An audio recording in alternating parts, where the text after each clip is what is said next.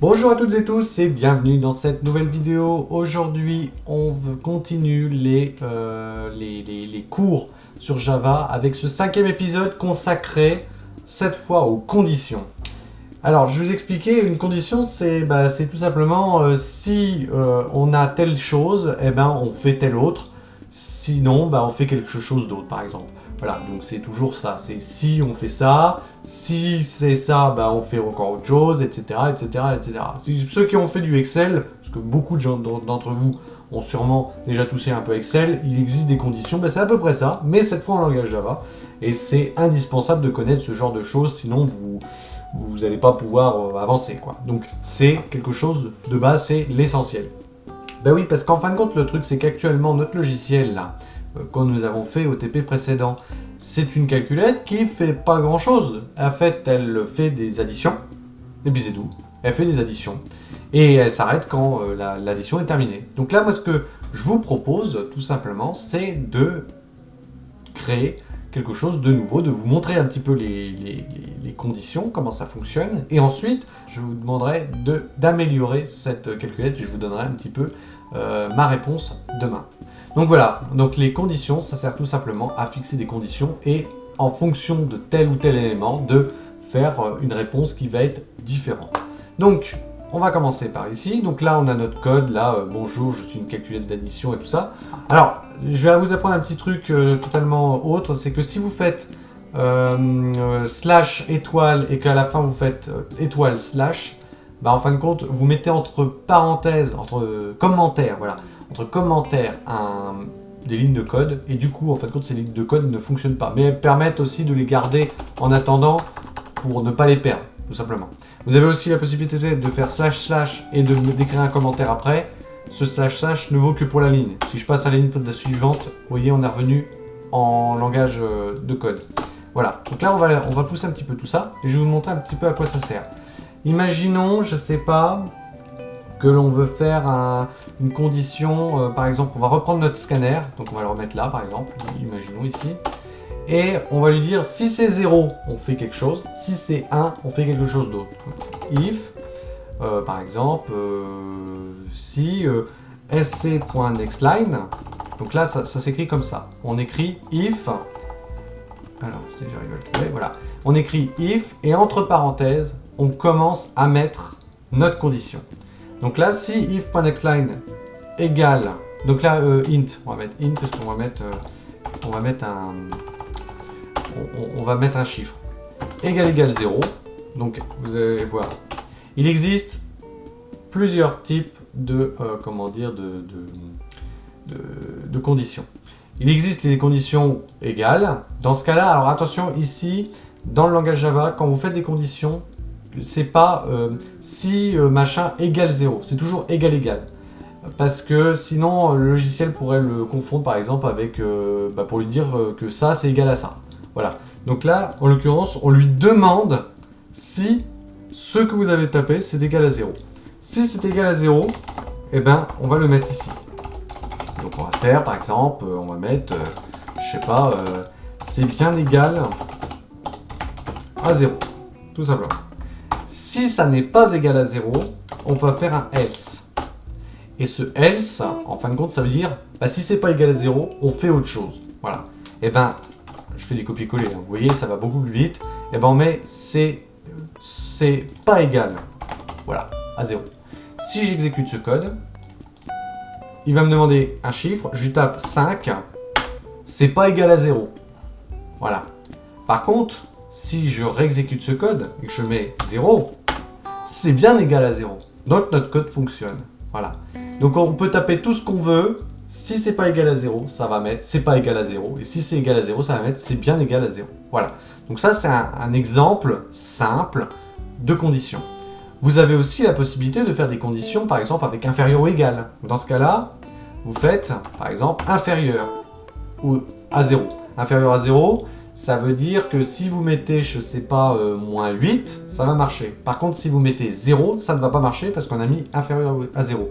Si vous voulez que ça marche avec 0, il faut appuyer. Il faut faire aussi un égal. Donc là, on a dit inférieur ou égal à 0. Donc vous voyez, c'est un peu comme en mathématiques. Hein. Je veux dire, là, on ne réinvente pas la roue. C'est assez simple, je veux dire, c'est inférieur ou égal, c'est vraiment de façon très, on va dire, cartésien, c'est inférieur ou égal, pareil en Java. Donc là, pour l'instant, pas de problème particulier. Par contre, imaginons, je sais pas, je veux pas dire que c'est égal, mais je veux dire que c'est différent. Je veux que ma condition dise, si c'est différent de 0, alors on fait quelque chose. Et maintenant, dans ce cas-là, on met point d'exclamation égal. Alors là, c'est un peu moins intuitif, mais bon, à un moment, il n'y a pas de problème. On sait, comment dire, à un moment quand on sait, bon, bah, faut l'apprendre, hein, mais voilà. Donc, pour dire différent, on fait point d'exclamation égal. Donc là, si ce qu'on a rentré, c'est différent de 0, eh bien, on va lui mettre c'est bien égal à 0. Donc là, du coup, le libellé ne correspond plus. Mais voilà, c'est pour vous expliquer un petit peu ce qu'il y a. Donc vous avez les différents, vous avez les égales, et vous avez les inférieurs ou égales, inférieurs tout court, donc strictement inférieur, strictement supérieur et supérieur ou égal. Donc là, c'est tout ce que vous allez avoir. Également, si par exemple vous avez un booléen, donc là par exemple on va faire, je sais pas si c'est possible, on va regarder un truc. Est-ce qu'on peut faire c.nextbool, ça existe? Oui, ça existe. Voilà. Donc là il va lire un booléen. Donc là en fin de compte quand c'est un booléen, on avait vu booléen c'est vrai ou faux. Et ben soit vous avez deux possibilités. Soit on fait sc.nextbooléen, on fait égal égal true. Donc lui dit est-ce que c'est vrai ou est-ce que c'est faux, par exemple. Mais on peut également faire, et uniquement dans le cas des booléens, on laisse comme ça. Ça veut dire est-ce que c'est vrai. Et pour dire est-ce que c'est faux, ça va être tout simplement le point d'exclamation qui va être au tout bout. Voilà. Alors, si au début vous ne vous sentez pas à l'aise avec cette notation, parce que c'est vrai que c'est une notation qui est, quand on a l'habitude, ça va, optez pour ça. C'est beaucoup plus clair. Il n'y a pas de problème. Voilà. Là, c'est beaucoup plus clair. Le code, il fonctionne de la même façon. Ça ne va rien changer. C'est juste que pour vous, ça va peut-être être plus clair. Tout ce qui peut vous rendre la vie plus claire, vous le faites. Il n'y a pas de problème. Vous faites ce que vous voulez au niveau de la notation. Si par contre, vous décidez que la notation, finalement, comme ça vous convient aussi, il faut savoir que ça ou ça, c'est pareil. Ça revient exactement au même. Voilà. Pas de problème. D'ailleurs, cette notation-là, égale à false. Ou alors, la notation, donc là je vous montre, hop, comme ça, c'est exactement la même chose. Voilà. On peut aussi cumuler les deux, mais bon, à un moment, il n'y a aucun intérêt de dire si c'est différent de... Bon, enfin bref, voilà, mais c'est possible. Donc là, on va me dire, par exemple, là, ça n'a aucun intérêt de faire si c'est bien égal à 0 et puis avec un vrai ou un faux, mais bon, vous comprenez l'idée, c'est pour que le code fonctionne. Maintenant, imaginons, donc là, on va remettre un int, next int. Ah, j'y arrivé. Donc là, imaginons, vous voulez que ce soit égal à 0, donc c'est bien égal à 0.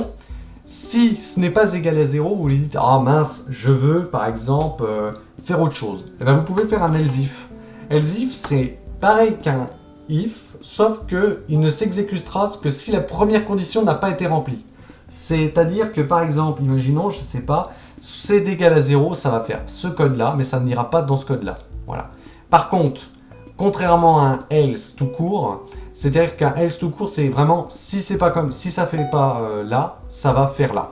Mais là, on lui dit si ça fait pas là, eh bien, ça va, comment dire, ici, on va revérifier une nouvelle chose.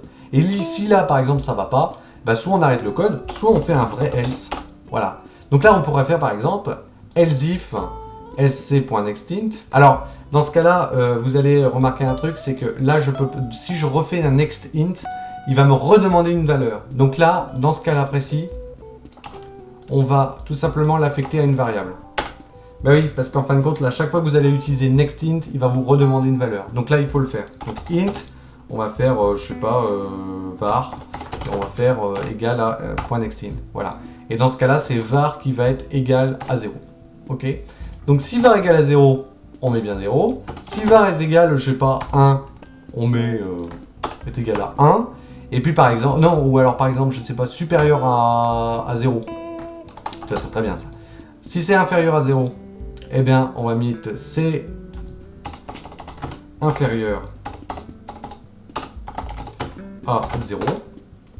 Sinon, si c'est pas supérieur et si c'est pas égal, eh ben c'est forcément... Si c'est pas inférieur et si c'est pas égal, bah c'est forcément supérieur. Voilà, très simplement. Et là, on peut essayer là, hein. Par exemple, je fais ça, je fais 10.